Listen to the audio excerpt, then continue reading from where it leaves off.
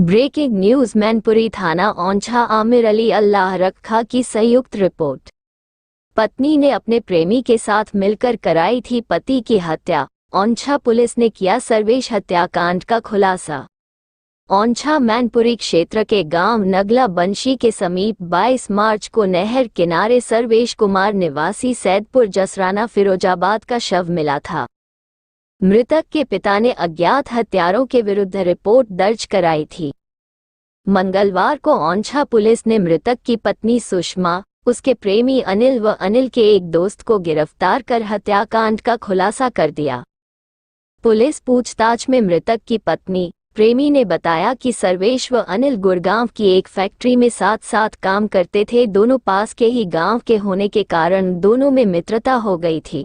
अनिल का सर्वेश के घर काफी आना जाना था, तभी अनिल के सुषमा से अवैध संबंध हो गए और दोनों ने साथ रहने की कस्में खा ली और अवैध संबंधों में रोड़ा बन रहे सर्वेश को रास्ते से हटाने की साजिश रच डाली और चालाकी से बुलाकर ईंटों का प्रहार कर हत्या कर शव को नहर में फेंक दिया।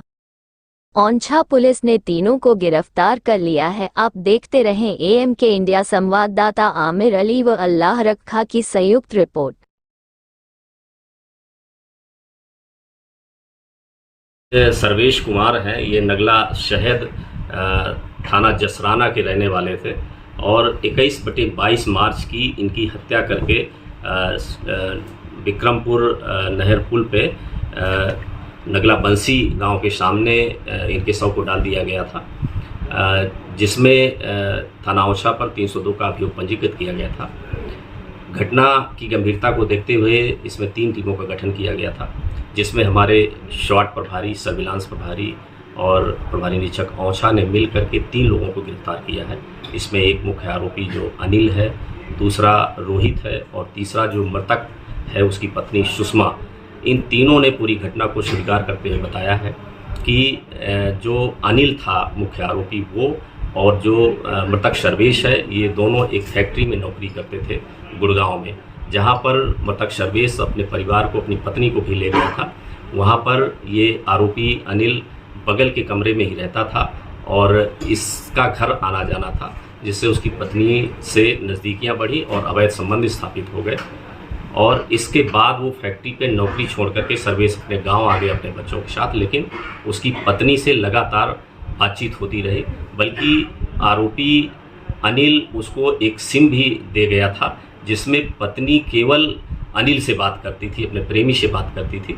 और इन्होंने ये प्लानिंग की कि उसको हटा करके सर्वेश को और ये दोनों शादी कर लेंगे।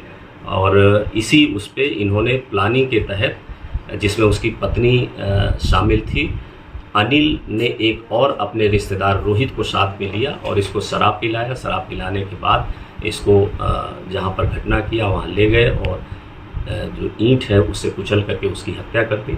और इसके बाद ये वहाँ पर अपने अपने जगह चले गए।